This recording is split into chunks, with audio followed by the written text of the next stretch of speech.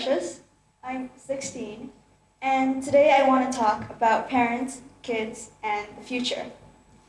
So, when people think of preparing us for the future, the first thing that comes to mind is education. Parents seem to have a simple concept: good grades in school, studying abroad, a financially secure future, and therefore long term happiness.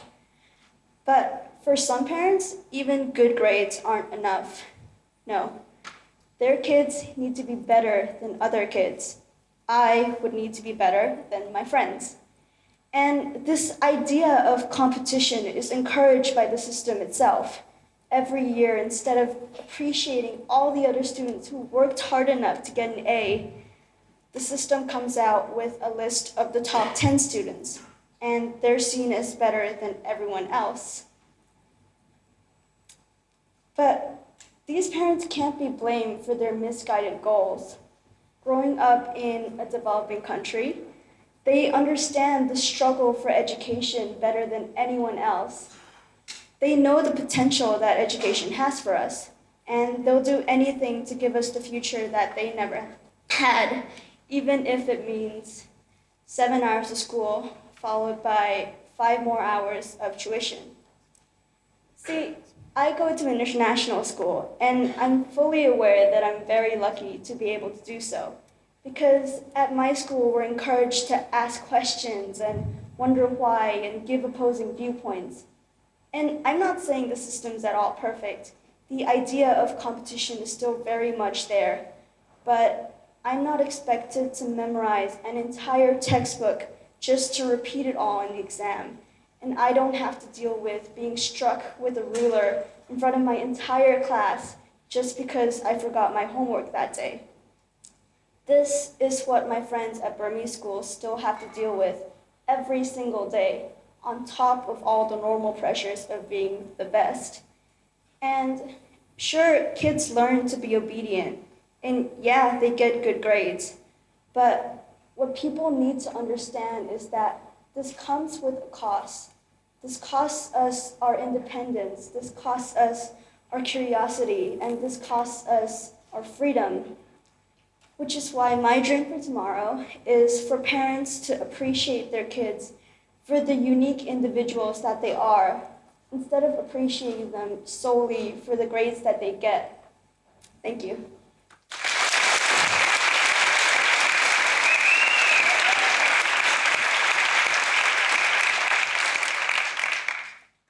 မင်္ဂလာပါကျွန်တော်နာမည်ဆိုဆိုလင်းပါကျွန်တော်က transgender man တယောက်ပါကျွန်တော် LGBT ပါဆိုတော့ဒီနေ့ခေတ်မှာ LGBT ဆိုတဲ့စကားလုံးဒီအားလုံးနဲ့စိမ့်နေလိမ့်မယ်လို့တော့ကျွန်တော်မထင်ပါဘူး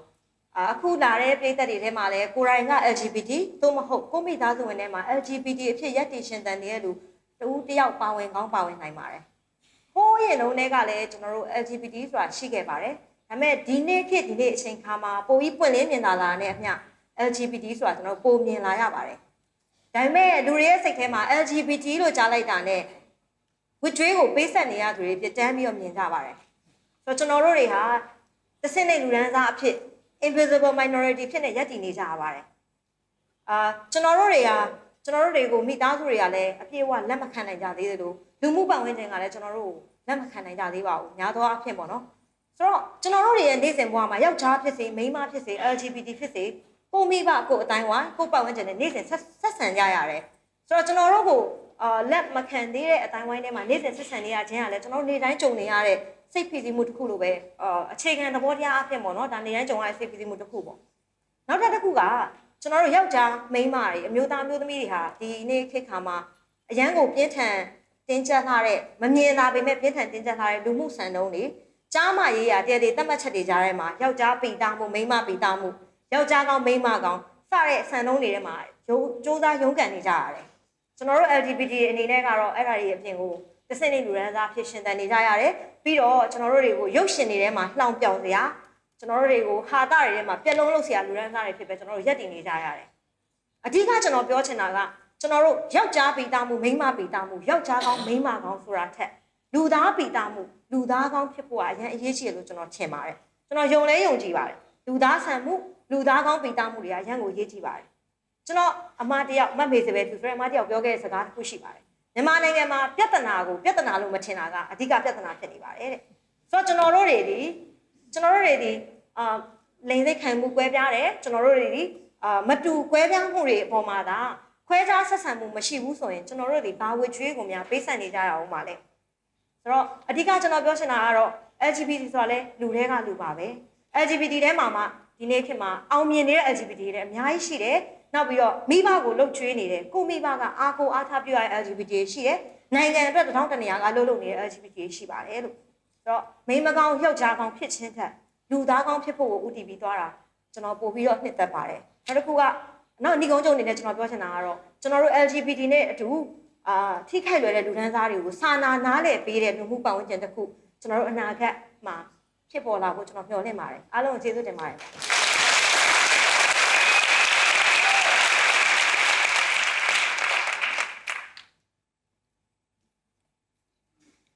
Hi everyone,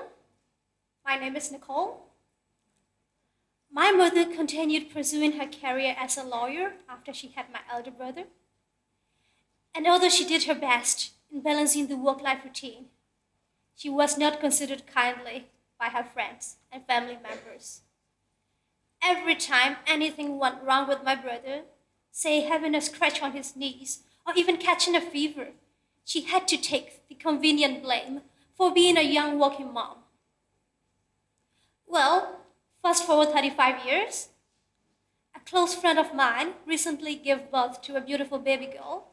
and she left her successful accounting career behind, willingly, happily, and without any second thoughts. While she should be considered a trophy mom by the standards a few decades ago, she was considered as someone who stopped achieving professionally and someone choosing a life of mundane stay-at-home mom. So yes, in this simple example, we might not be defined by the same norms that existed in our parents' days, but still by the new ones that equally intertwine with one's freedom of choice. We so proudly say that our society today is more tolerant than ever towards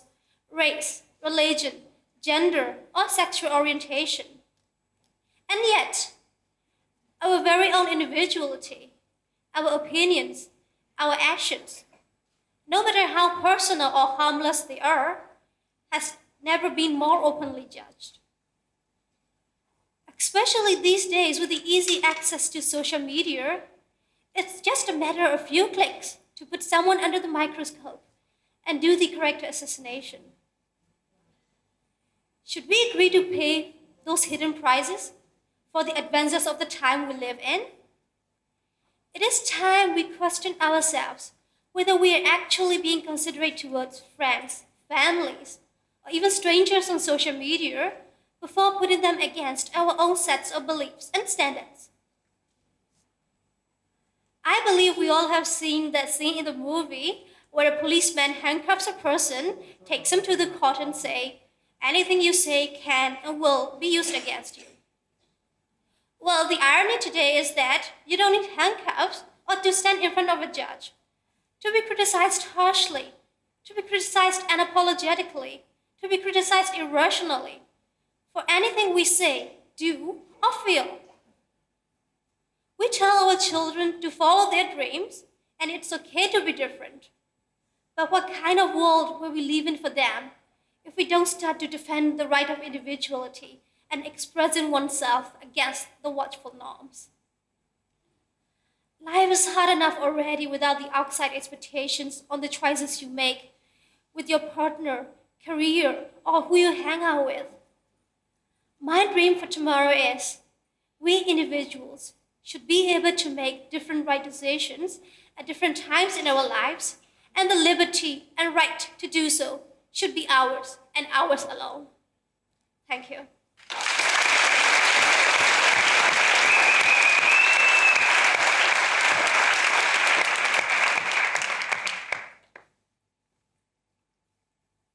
ကျမနာမည်ကတော့ Travis ဆုံးမြင့်လို့ခေါ်ပါတယ်ရှင်ကျမခုစစ်တက်တူတက်နေပါတယ်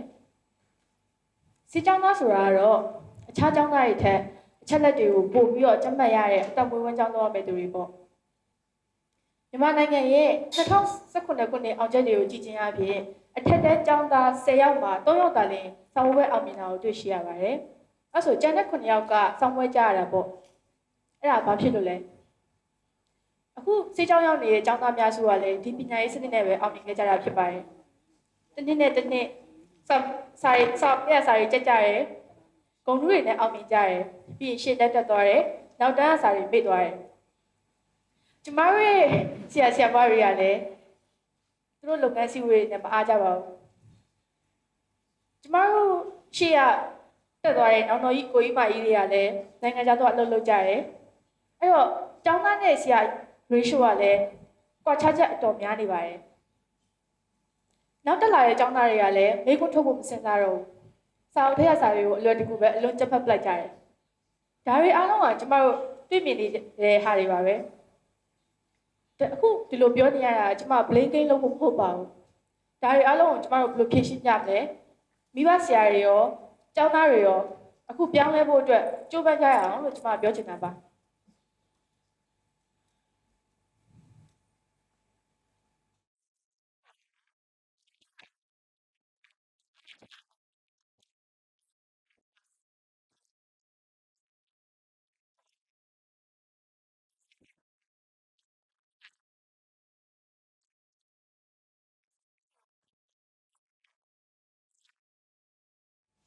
တကယ်လက်တွေ့နားလည်အောင်ကြိုးစားလို့ရှိရင်စာအုပ်ထဲကစာတွေကိုအလွတ်ကျမှတ်ဖို့မလိုဘူးလို့ကျမရဲ့ဆရာကြီးတောက်ကပြောမှုပါတယ်ကျမလည်းဒီပညာရေးစနစ်နဲ့နောက်နှစ်ဆိုလို့ရှိရင်ဝယ်ရတော့မှာပါအခုဆရာဝန်တွေကြုံတွေ့နေရတဲ့ပြဿနာတွေခက်ခဲတွေ challenge တွေကိုကျမလည်းကြုံတွေ့ရတော့မှာပါကျမလည်းအခုကြုံတွေ့နေရတဲ့ဆရာဝန်လိုပဲအလားတူကြောက်ပါတယ်ကျမတို့ကလေးတွေကကျမတို့ရဲ့အနာဂတ်လို့ပြောကြတယ်။ဒါပေမဲ့ကျမတို့ကဒီကလေးတွေကိုဒီအလွတ်ကျက်လက်မကိုပဲပို့ကြတော့ပါလား။သူတို့တွေစာသင်ရတာပို့ပြီးပြောစရာကောင်းမယ်ဆိုရင်ရောမကောင်းဘူးလား။ဒီကလေးတွေကိုထုံနှောင်ထားတဲ့ကျိုးတွေကတော်တော်များနေပါပြီ။နောက်တစ်ချိန်မှာဒီကလေးတွေကိုတစ်လုံးချီနှောင်သွားတော့မှာပါ။အဲ့ဒါတွေကိုအခုဖြစ်ဖို့အချိန်ရောက်ပါပြီ။ကျမရဲ့အနာဂတ်အတွက်မျှော်မှန်းချက်ကတော့စာအုပ်ထဲကစာတွေကိုအလွတ်ကျမှတ်ပြီးဂုဏ်ထူးရတဲ့ကျောင်းသားတွေထက်တကယ်လက်တွေ့နားလည်သဘောပေါက်ပြီးတော့စဉ်းစားတွေးခေါ်တတ်တဲ့အနာဂတ်ပညာရှင်သမားကောင်းတွေပဲဖြစ်ပါတယ်အားလုံးကိုကျေးဇူးတင်ပါတယ်ရှင်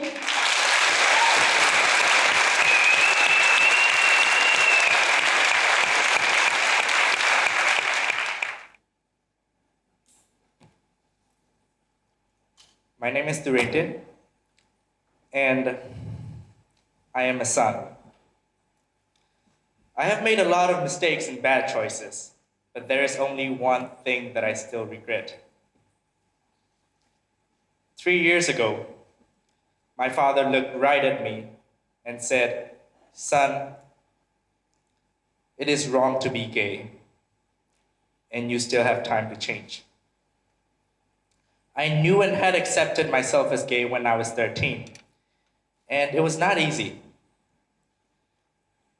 When my father asked me to change, of course I wanted to change. Well, at least I tried. Like everybody here, I never wanted to get bullied in high school. I wanted to hold my boyfriend's hand like other couples do. I wanted to be the son that my father wanted. I do not regret being gay, but the fact that I said nothing back in reply to my father back then. I just sat there and nodded. I think the problem here is the lack of communication between parents and children. Heart-to-heart communications are the key to this. It's easier said than done.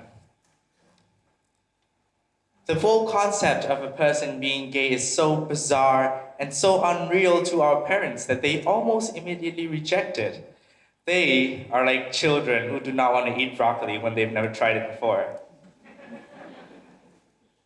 The road to acceptance is trust and faith. And this time-taking process comes with conversations that matter. Perceptions takes time to change, and so is the case with my father. the problem shall persist. But in this case, I know that I am being true to myself. And in the long run, this shall help. Everybody has the right to love who they want. Currently, I am in the process of proving my father that I am a capable person. My parents have not accepted the fact that I'm gay yet. I love my mom and dad so much. And I am 100% sure that they love me way more than I love them. That's why in my heart, I believe that one day they will. There will be a day when all parents can be able to empathize with their children once they step out of their comfort zone, trying to understand their perspective. The only problem ever starts the moment you stop communicating. Is a one go-to relationship advice to all of my friends. So I urge everyone to talk. Now is the time that we start speaking loud and clear to our families, friends, and communities and speak about our differences. My dream for tomorrow is a society in which everyone can proudly be themselves and accept them as they are. Thank you.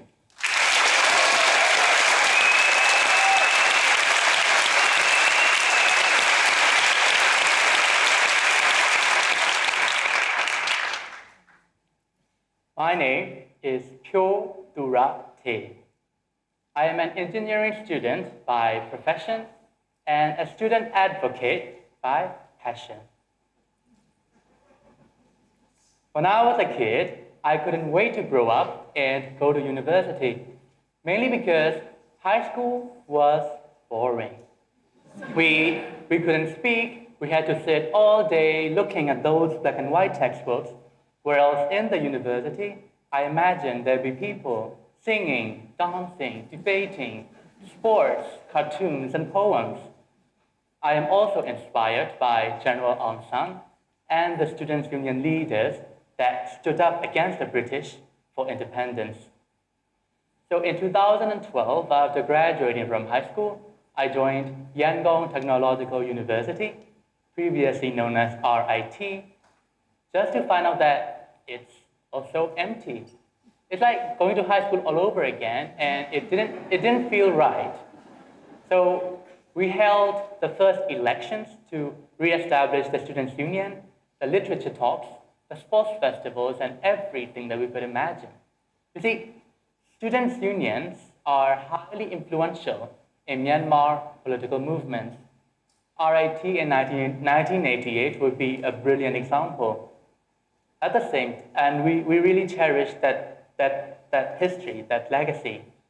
At the same time, we believe that political advocacy can be done in many different ways. In our case, we dedicated to empower our students by connecting them with the best global practices. We are a bunch of engineering students, but let's talk about entrepreneurship, gender equality, and climate change. Let's do a Model UN or a Model ASEAN meeting. Let's organize an innovation competition to find creative solutions for our society, which we just did on how to build a smart city of Yangon. In this era of the fourth industrial revolution,